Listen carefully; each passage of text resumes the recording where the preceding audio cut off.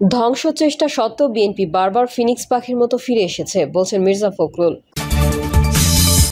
এদিকে স্থানীয় সরকার নির্বাচনের মাঠও গোছাচ্ছে জামায়াত। জানাবো, অন্তর্বর্তী সরকার যতদিন ক্ষমতায় থাকবে তাদের দুর্বলতা তত দৃশ্যমান হবে বলছেন তারেক রহমান। ধানমন্ডিতে আওয়ামী লীগের ঝটিকা মিছিল, ককটেল বিস্ফোরণ। এবং সর্বশেষ জানাবো, নূরের ওপর হামলা বাংলাদেশের জন্য একটি অশনি সংকেত বলছেন সার্জিস আলম। এতক্ষণ শুনছিলেন সংবাদ শিরোনাম, এবারে বিস্তারিত। তবে তার আগে অনুরোধ থাকবে আমাদের চ্যানেলটি সাবস্ক্রাইব করে বেল আইকনটি ক্লিক করুন।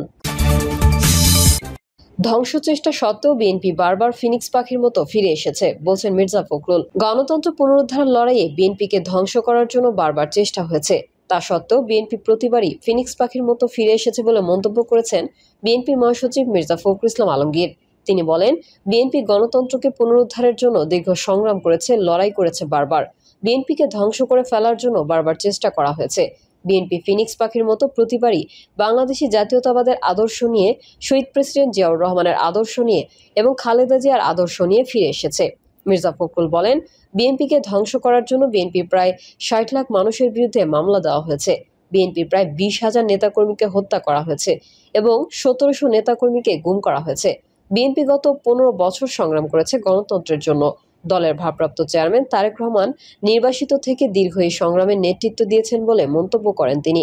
ফখরুল বলেন, আল্লাহর অশেষ রহমতে জনগণের আন্দোলনের মধ্যে দিয়ে, ছাত্রদের আন্দোলনের মধ্যে দিয়ে আমরা সেই ভয়াবহ ফ্যাসিস্ট থেকে মুক্তি পেয়েছি।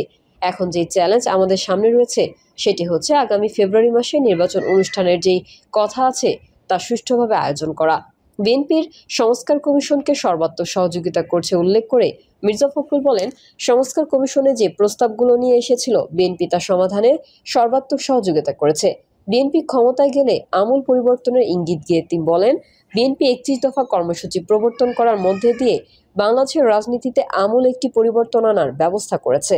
জনগণের সমর্থনের মধ্যে দিয়ে বিএনপি যদি রাষ্ট্র পরিচালনার দায়িত্ব পায় তাহলে নিঃসন্দেহে একদিকে যেমন রাজনৈতিক পরিবর্তন ঘটবে, অন্যদিকে নৈতিক পরিবর্তন ঘটবে এবং বাংলাদেশের সামনের দিকে এগিয়ে যাবে।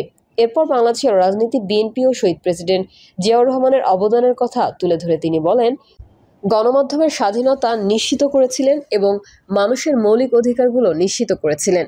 তিনি বিচার বিভাগের স্বাধীনতা নিশ্চিত করেছিলেন এবং একই সঙ্গে অর্থনীতিতে মুক্তিবাজার অর্থনীতি প্রবর্তন করেছিলেন, যার ফলে অর্থনীতির আমূল পরিবর্তন হয়েছিল।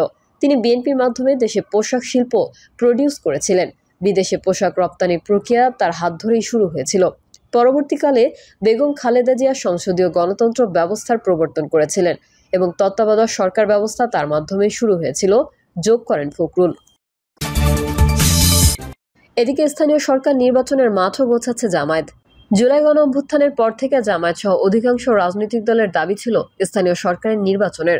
জাতীয় নির্বাচনের আগে স্থানীয় সরকার নির্বাচন নিয়ে সরব ছিল জুলাই আন্দোলনের নেতৃত্ব দেওয়া ছাত্র সংগঠনগুলো। সংসদ নির্বাচনের সম্ভাব্য সময় ঘোষণা করায় আপাতত স্থানীয় নির্বাচন অনুষ্ঠানের কোনো সম্ভাবনা নেই। বিএনপি প্রথম থেকেই আগে ত্রয়োদশ সংসদ নির্বাচনের দাবি নিয়ে গিয়েছে।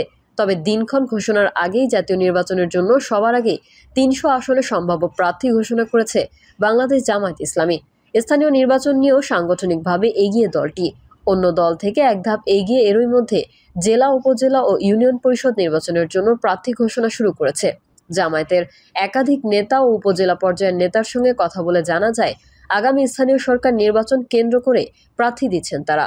এর মাধ্যমে নির্বাচনের আগে তাদের প্রার্থীদের সাধারণ মানুষের কাছে পরিচিত মুখ হিসেবে গড়ে তোলার চেষ্টা করছেন। জাতীয় নির্বাচনের জন্য প্রচার নয়, স্থানীয় সরকারের জন্য মনোনীত প্রার্থীরাও নিজেদের তুলে ধরেছেন। নাম প্রকাশে অনিচ্ছুক বাংলাদেশ জামায়াত ইসলামীর কেন্দ্রীয় মজলিসে শুরার একজন সদস্য বলেন, জাতীয় নির্বাচনের আগে স্থানীয় নির্বাচন জামায়াতের পুরনো দাবি। প্রধান উপদেষ্টার ঘোষণা অনুযায়ী ফেব্রুয়ারিতে যদি নির্বাচন হয় তাহলে এর আগে স্থানীয় নির্বাচন প্রায় অসম্ভব। তবে আমাদের প্রস্তুতি রয়েছে। কিছু জায়গায় পরিস্থিতি অনুযায়ী প্রার্থী পরিবর্তন হলেও এখন জাতীয় নির্বাচনের আগে দুটিরই প্রস্তুতি চলছে। স্থানীয় নির্বাচন হলে তো জাতীয় কোনো পরিবর্তন হবে না। এখন নির্বাচনের মাঠ কে গোছালো আর কে গোছালো না সেটা আমার দেখার বিষয় নয়। সেদিকে লক্ষ্য রেখে সারা দেশে কাজ চলমান। আমরা আমাদের মতো করে জনগণের দাবি নিয়েই এগোচ্ছি। সার্বিক বিষয়ে বাংলাদেশ জামায়াত ইসলামীর সিনিয়র নায়েবে আমির অধ্যাপক মুজিবুর রহমান বলেন, স্থানীয় সরকার নির্বাচনের দাবি আমরা জুলাইয়ের পর থেকেই করে যাচ্ছি। জাতীয় নির্বাচনের আগে এই নির্বাচন হলে বোঝা যেত জাতীয় নির্বাচনের পরিস্থিতি কি হবে। দীর্ঘ 17 বছর সুষ্ঠু নির্বাচন না হয় জনগণেরও দাবি ছিল এই নির্বাচন নিয়ে। অন্তর্বর্তী সরকার যতদিন ক্ষমতায় থাকবে তাদের দুর্বলতা তত দৃশ্যমান হবে, বলছেন তারেক রহমান। অন্তর্বর্তী সরকার যতদিন ক্ষমতায় থাকবে তাদের দুর্বলতাও তত বেশি দৃশ্যমান হতে থাকবে বলে মন্তব্য করেছেন বিএনপির ভারপ্রাপ্ত চেয়ারম্যান তারেক রহমান। তিনি বলেছেন, বিভিন্ন পরিস্থিতি সামাল দেওয়ার ক্ষেত্রে অন্তর্বর্তী সরকারের দুর্বলতা যত বেশি প্রতীয়মান হবে, জুলাই গণঅভ্যুত্থান নিয়ে তত বেশি বিভ্রান্তির সুযোগ সৃষ্টি হবে। এদিন গণ অধিকার পরিষদের সভাপতি নুরুল হক নূরের ওপর হামলা সহ সাম্প্রতিক কিছু ঘটনা উল্লেখ করে বিএনপির ভারপ্রাপ্ত চেয়ারম্যান বলেন, এসব ঘটনায় এটা স্পষ্ট যে দেশের স্থিতিশীল পরিস্থিতি ক্রমেই জটিল হয়ে উঠছে। তিনি আরও বলেন, অন্তর্বর্তী সরকার জনগণের অভিপ্রায় সরকার, তবে এই সরকারের কাছে রাজনৈতিক একটি দক্ষ এবং জবাবদিহিমূলক সরকারের মতো ভূমিকা আশা করার কোনো যৌক্তিক কারণ আছে বলে মনে করি না। নির্বাচনকে সামনে রেখে নানা রকম ষড়যন্ত্রের ডালপালা মেলতে শুরু করেছে বলে মন্তব্য করেন তারেক রহমান। তিনি বলেন, 1 বছর আগে বলেছিলাম আগামী নির্বাচন ঘিরে অদৃশ্য শক্তি কাজ করছে। সাম্প্রতিক সেই অশুভ শক্তির অপতৎপরতা ধীরে ধীরে দৃশ্যমান হয়ে উঠছে। নির্বাচন হতে দেওয়া হবে না এই ধরনের উচ্চারণ ফ্যাসিবাদ বিরোধী শক্তি ঐক্যকে দুর্বল করবে নাকি পলাতক ফ্যাসিবাদী শক্তির পুনরুত্থানের প্রাসঙ্গিকতা তৈরি করবে, এমন প্রশ্ন রেখে তিনি বলেন, এখনো সময় আছে, আমাদের সতর্ক হওয়া দরকার। পরাজিত পলাতক শক্তি কিন্তু সুযোগের অপেক্ষায় ওত পেতে রয়েছে। বিরাজমান পরিস্থিতিতে নির্বাচনের পথই শ্রেয় বলে মনে করেন তারেক রহমান। তিনি বলেন, রাষ্ট্র ও রাজনীতিতে জনগণের অধিকার প্রতিষ্ঠার জন্য শর্ত শিথিল করে নির্বাচনের পথে হাঁটাই এখন সময়ের দাবি। সেই নির্বাচনকে বাধাগ্রস্ত করার চেষ্টা চলছে অভিযোগ করে তিনি বলেন, স্বৈরাচার মুক্ত বাংলাদেশে অন্তর্বর্তী সরকার যখন জনগণের অধিকার প্রতিষ্ঠার পথে হাঁটছে, তখন কোনো রাজনৈতিক দল নির্বাচনের মাধ্যমে অধিকার প্রতিষ্ঠার পরিবর্তে তাদের দলীয় স্বার্থ চরিতার্থ করার জন্য নানা শর্ত আরোপ করছে। এই শর্ত আরোপ করে নির্বাচনের পথে তারা বাধা সৃষ্টি করছে বলে বহু মানুষ ভাবতে শুরু করেছে। তাদের উদ্দেশ্য করে তারেক রহমান বলেন, সংস্কারের প্রয়োজন অবশ্যই রয়েছে, তবে জনগণের অধিকার চর্চার পথে বাধা সৃষ্টি করে কোনো সংস্কারকেই টেকসই করা যাবে না। পলাতক স্বৈরাচারের পতন, বিএনপির বিজয় ঠেকানোর অপরাজনীতির পরিবর্তে আসুন আগে নির্বাচনের মাধ্যমে জনগণের দায়বদ্ধ সরকার গঠন করি সকলে মিলে। তিনি বলেন, 2026 সালের ফেব্রুয়ারিতে হতে যাওয়া ত্রয়োদশ জাতীয় সংসদ নির্বাচনের রোডম্যাপ ঘোষণা করেছে ইসি। ডিসেম্বরে ভোটের তফসিল ঘোষণা করা হবে বলেও জানিয়েছে নির্বাচন কমিশন। তবে আসন্ন জাতীয় নির্বাচনকে বানচালের চেষ্টা করা হচ্ছে। বিএনপি কোনো ধরনের হুমকিকে ভয় পায় না। আওয়ামী লীগের ঝটিকা মিছিল, ককটেল বিস্ফোরণ। রাজধানীর ধানমন্ডি 27 নম্বর এলাকায় হঠাৎ করে ঝটিকা মিছিল করেছে কার্যক্রম নিষিদ্ধ হওয়া আওয়ামী লীগের নেতাকর্মীরা। রোববার বিকেল 3:30টার দিকে এই মিছিল অনুষ্ঠিত হয়। মিছিলটি কয়েক মিনিট পর্যন্ত স্থায়ী হয়। মিছিল শেষ হওয়ার পর এটির ভিডিও সামাজিক যোগাযোগ মাধ্যমে ছড়িয়ে পড়ে। এতে ককটেল বিস্ফোরণেরও অভিযোগ উঠেছে। এ ঘটনায় স্থানীয় বাসিন্দাদের মধ্যে আতঙ্ক ছড়িয়ে পড়ে।